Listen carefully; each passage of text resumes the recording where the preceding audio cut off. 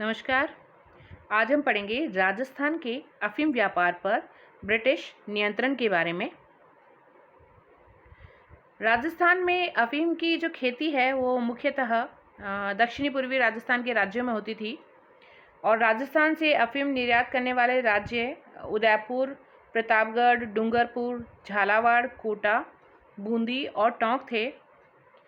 व्यवसाय क्षेत्र से राजस्थान और मध्य भारत में तैयार की जाने वाली अफीम को जो व्यावसायिक तौर पे तैयार की जाती थी, उस अफीम को कहा जाता था मालवा अफीम, जो कि राजस्थान और मध्य भारत में तैयार की जाती थी। और जो बंगाल और बिहार में अफीम तैयार की जाती थी उसको कहा जाता था बंगाली अफीम। चीन के साथ जब ईस्ट इंडिया कंपनी के व्यापार वाणिज्य में जब ईस्ट इंडिया कंपनी का व्यापार वाणिज्य चीन के साथ चल रहा था, तो उसमें अफीम का सर्वाधिक महत्व था, क्योंकि चीन में अफीम की जो खपत थी वो बहुत अधिक थी।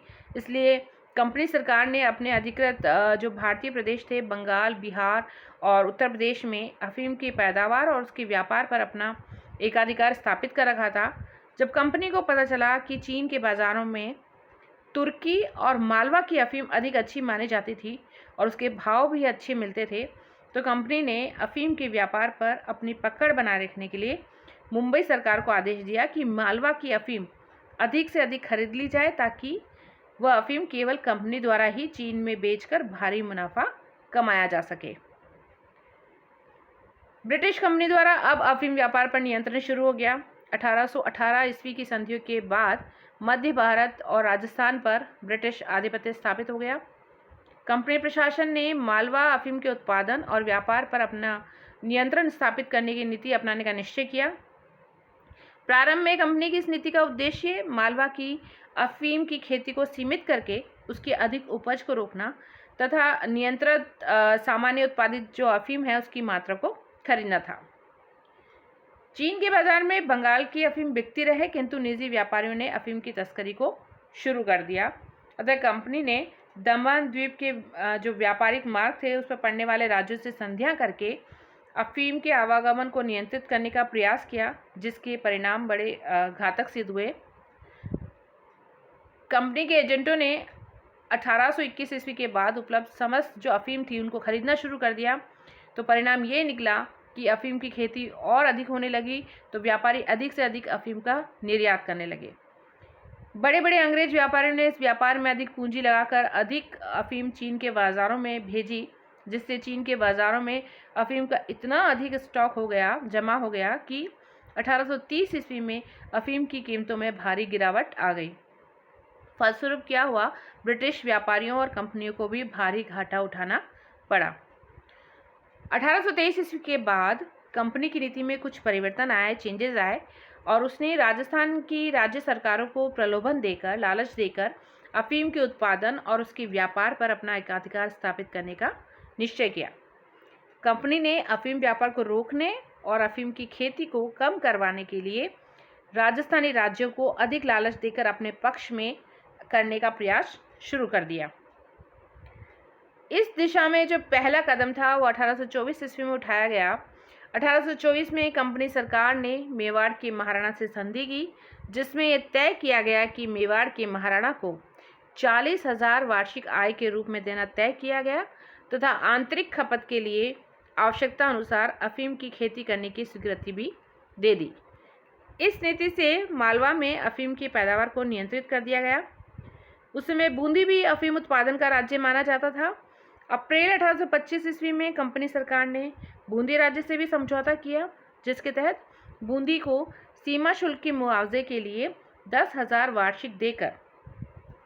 रुपये वार्षिक देकर वहां के अफीम व्यापार को बंद करा दिया गया। राजस्थान में जो सर्वाधिक मात्रा में अफीम उत्पादित करने वाला क्षेत्र था वो कोटा था। अफीम के उत्पादन में यहाँ के किसान तथा व्यापारी भी भारी मात्रा में इस अफीम उत्पादन से जुड़े हुए थे।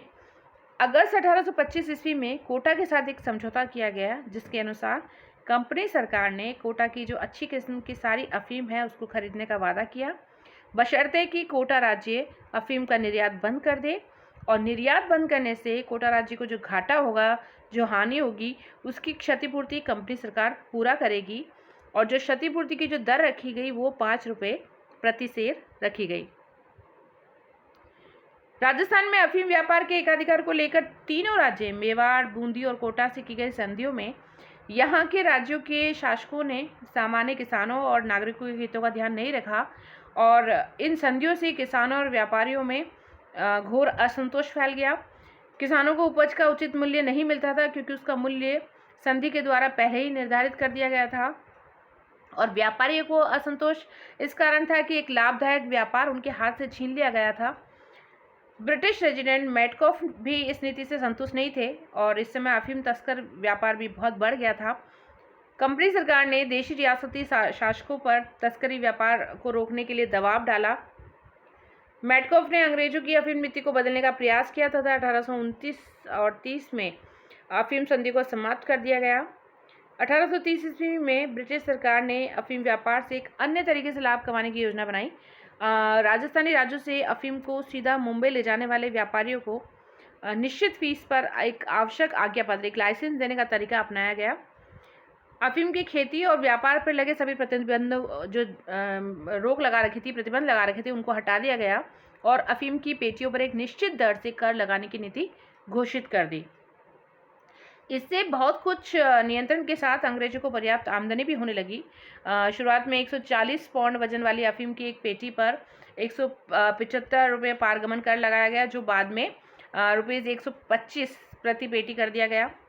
1889-90 में पारगमन कर से सरकार को 1,86,825 रुपये की आय हुई। इस तरह अफीम का जो व्यापार है उस पर ब्रिटिश सरकार के लिए आय का ये महत्वपूर्ण सोर्स बन गया था अफीम व्यापार। इस अफीम व्यापार पर ब्रिटिश नियंत्रण के क्या परिणाम निकले? अफीम की खेती ब्रिटिश सरकार के लिए एक मुनाफा कमाने, साम्राज्यवादी तथा आर्थिक शोषण की नीति थी। अफीम की खेती करने वाले किसानों को उनकी उपज का उचित दाम नहीं मिल पाता था। किसानों द्वारा उत्पादित फसल को बाजार भाव से ना बेचकर व्यापारी द्वारा तय किए गए भाव से बेचना पड़ता था और अफीम की खेती को ज़्यादा प्रोत्साहित करने से राज्य में अन्न भंडारों की कमी हो गई। तो राज्य में पड़ने वाले अकाल के समय कई मवेशी और मनुष्य मारे गए।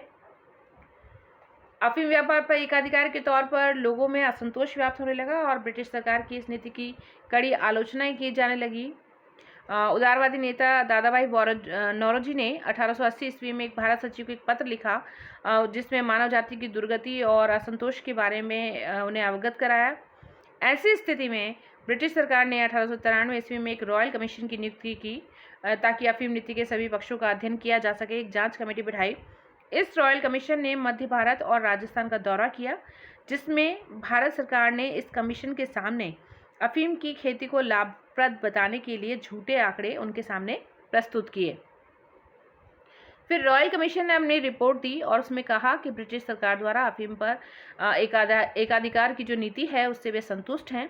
तो इस तरह से जो अंग्रेजों का प्रभुत्व है वो राजस्थान में पूर्ण रूप से हावी हो गया और राजस्थान के राजपूत शासक अंग्रेजों की भारत से धन निष्कासन की नीति को नहीं समझ पाए। ये ब्रिटिश सरकार को ये जो अफीम का व्यापार है वो बहुत लाभप्रद रहा। अफीम की खेती के संदर्भ में किसानों के दृष्टिकोण को भी सही तरीके से प्रस्तुत नहीं किया गया। राजस्थान के प्रत्येक राज्य में सत्ताधारी वर्ग ने ब्रिटिश हितों के लिए अपने राज्य और प्रजा के आर्थिक हितों की बलि चढ़ाने में ज़रा भी संकोच नहीं किया। इस तरह जो अंग्रेजों द्वारा ये अपनाई गई अफीम पर एकाधिकार की जो नीति थी वो उनके लिए तो बहुत लाभप्रद रही, लेकिन भारतीयों के लिए निर्धनता के रूप में साबित हुई। तो आज हमने पढ़ा राजस्थान में अफीम व्यापार पर ब्रिटिश नियंत्रण के बारे में। आज के लिए इतना ही। Thank you.